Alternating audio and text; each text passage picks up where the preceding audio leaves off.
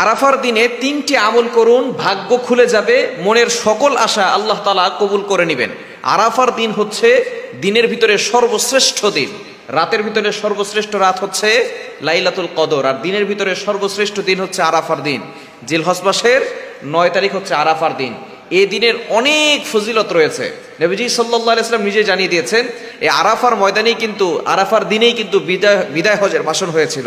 নবীজি সাল্লাল্লাহু আলাইহি ওয়াসাল্লাম এখানে বিষয়ে সর্বশেষ যে বিদায় হজের ভাষণ দিয়েছিলেন এই আরাফার ময়দানেই কিন্তু।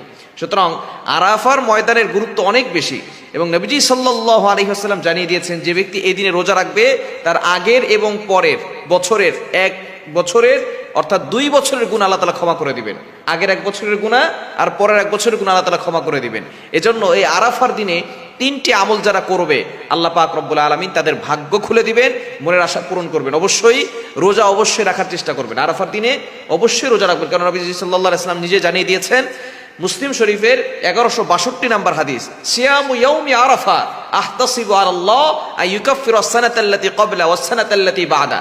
যারা আরাফার দিনে রোজা রাখবে, নবীজি সাল্লাল্লাহু আলাইহি ওয়াসাল্লাম বলেছেন, আমি ধারণা করছি আল্লাহ তাআলা তার আগের 1 বছরের গুনাহ আর পরের 1 বছরের গুনাহ মাফ করে দিবেন। এজন্য আরাফার দিন অবশ্যই রোজা রাখার চেষ্টা করবেন। রোজা রাখা অবস্থায় আপনি 3টি আমল করবেন, এবং রোজা রেখে অবশ্যই দোয়া করবেন, কারণ রোজা রেখে দোয়া করলে আল্লাহ তাআলা দোয়া কবুল করেন। 1 নাম্বার যে আমলটা করবেন সেটা হচ্ছে ইস্তেগফারের আমল করবেন। আল্লাহ পাক রব্বুল আলামিন নিজে বলে দিয়েছেন, যারা ইস্তেগফারের আমল করবে তাদেরকে আল্লাহ তাআলা অসংখ্য অগণিত পুরস্কার দান করবেন। সূরাতুন নূহের 10, 11, 12 এই আয়াতগুলোতে আল্লাহ তাআলা জানিয়ে দিয়েছেন। 29 নম্বর পারার 12 নম্বর পৃষ্ঠার 9, 10, 11, 12 নম্বর লাইনগুলোতে আল্লাহ তাআলা সুন্দর করে জানিয়ে দিয়েছেন, ফাকুল তুস্তাগফিরু রাব্বাকুম ইন্নাহু কানা গফফারা ইউরসিলিস সামাআ আলাইকুম মিদরারা ওয়া ইউমদিদুকুম বিআমওয়ালিন ওয়া বানিনা ওয়া ইয়াজআল লাকুম জান্নাত ওয়া ইয়াজআল লাকুম আনহারা। আল্লাহ পাক রব্বুল আলামিন জানিয়ে দিয়েছেন ইস্তেগফারের এতটা ফজিলত, যে ব্যক্তি ইস্তেগফার করবে আল্লাহ পাক রব্বুল আলামিন গুফিরা লাহু মা তাকাদ্দামা মিন যামবি, all previous sins will be forgiven, তার পিছনে সব গুনাহ আল্লাহ তাআলা ক্ষমা করে দিবেন। শুধু তাই নয়, আল্লাহ পাক রব্বুল আলামিন সম্পদ দান করবেন, সন্তান দান করবেন, জান্নাত দিবেন, জাহান্নাম থেকে মুক্তির ব্যবস্থা করে দিবেন। এজন্য ইস্তেগফার আমল বেশি বেশি করবেন। শুধু তাই নয়, নবীজি সাল্লাল্লাহু আলাইহি ওয়াসাল্লাম আরো জানিয়ে দিয়েছেন, মান লাজিমাল ইস্তিগফার জাআলাল্লাহু লাহু মিন কুল্লি যিকিন মাখরাজা, যে ব্যক্তি ইস্তিগফারের সাথে আঠার মতো লেগে থাকবে আল্লাহ পাক রব্বুল আলামিন তাকে সকল বিপদ আপদ থেকে হেফাজত করবেন, প্রটেক্ট ফ্রম অল অ্যাক্সিডেন্ট, সকল দুর্ঘটনা অ্যাক্সিডেন্ট থেকে আল্লাহ তাআলাকে হেফাজত করবেন। এজন্য অবশ্যই আমরা ইস্তেগফার আমল বেশি বেশি করব। এই আরাফার দিনে 1 নম্বর আমল হচ্ছে ইস্তেগফার, কারণ এই দিনে আল্লাহ তাআলা অসংখ্য অগণিত মানুষের গুনাহ খাতাগুলো ক্ষমা করে দিবেন। 2 নাম্বার হচ্ছে দুরূদ শরীফের আমল, নবীজির প্রতি দুরূদ পাঠ করা। দুরূদের ভিতরে সর্বশ্রেষ্ঠ দুরূদ হচ্ছে দুরূদ ইব্রাহিম, যেটা নামাজের ভিতরে পড়ি। যদি এটা পড়তে না পারেন তাহলে সাল্লাল্লাহু আলাইহি ওয়াসাল্লাম এটা পড়তে পারেন, এটা সবচেয়ে ছোট্ট দুরূদ। যত বেশি পারবেন নবীজির প্রতি দুরূদ পাঠ করবেন। দুরূদ পড়লে আল্লাহ তাআলা ওই বান্দার প্রতি খুশি হয়ে যান, এবং নবীজি খুশি হয়ে যান, এবং নবীজি কিয়ামতের ময়দানে তার ব্যাপারে সুপারিশ করবেন। এজন্য অবশ্যই আমরা দুরূদের আমল করব। 2 নাম্বার। 3 নাম্বার আমল হচ্ছে আমরা দোয়া করব।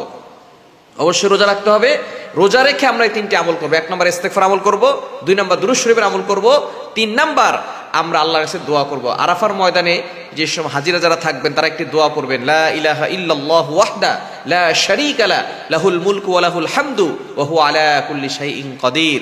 এখানে আল্লাহ পাক রব্বুল আলামিন তার পরিচয় দিয়ে দিয়েছেন। এই বাক্যটা কিন্তু আমরা সকলেই জানি, তাই না? বিশেষ করে মাগরিবের নামাজের পূর্বে যারা রোজা রাখবো তারা ইফতারের পূর্বে দোয়া করব। ইফতারের পূর্বে দোয়া করলে দোয়া কবুল হয়। এই সময় সারাদিন আমরা এই দোয়াটা বেশি বেশি করবো, আর ইস্তেগফার দুরূদ শরীফের আমল বেশি বেশি করব।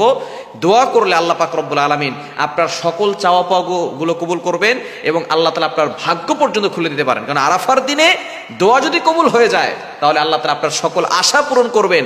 আল্লাহ পাক রব্বুল আলামিন দোয়ার মাধ্যমেই কিন্তু ভাগ্য পরিবর্তন করতে পারেন। ভাগ্য পরিবর্তন হয় না, একমাত্র দোয়ার মাধ্যমেই ভাগ্য পরিবর্তন হতে পারে।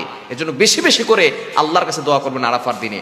যেহেতু জিলহজ মাস আমাদের এই প্রথম 10 দিনে, এই বর্তমান যে মাস চলতেছে শুক্রবারে, শনিবারে যেহেতু 10 তারিখ, সুতরাং শুক্রবারে আমাদের জিলহজ মাসের 9 তারিখ আরাফার দিন হয়। আমরা এই জিলহজ মাসের 9 তারিখ এই শুক্রবারে আমরা রোজা রাখার চেষ্টা করবো ইনশাআল্লাহ। আমরা তার আগের দিনও রাখবো, কেননা তার আগের দিনে রোজা রাখাও অনেক ফজিলত। এই জিলহজ মাসের প্রথম 8 থেকে 9 দিন অনেক ফজিলত, এক একটি রোজার পরিবর্তে আল্লাহ তাআলা 1 বছর রোজা রাখার সওয়াব দান করবে। আর আরাফার দিনে রোজা রাখলে আগের 1 বছর আর পরের 1 বছরের গুনাহ আল্লাহ তাআলা ক্ষমা করে দিবেন। এজন্য বেশি বেশি করে রোজা রেখে আমরা আল্লাহর কাছে এই 3টি দোয়া করব, ইস্তেগফার, দুরূদ, শুকর আমল করব এবং আল্লাহর কাছে বেশি বেশি করে দোয়া করলে আল্লাহ তাআলা সব দোয়াগুলো কবুল করে নেবেন।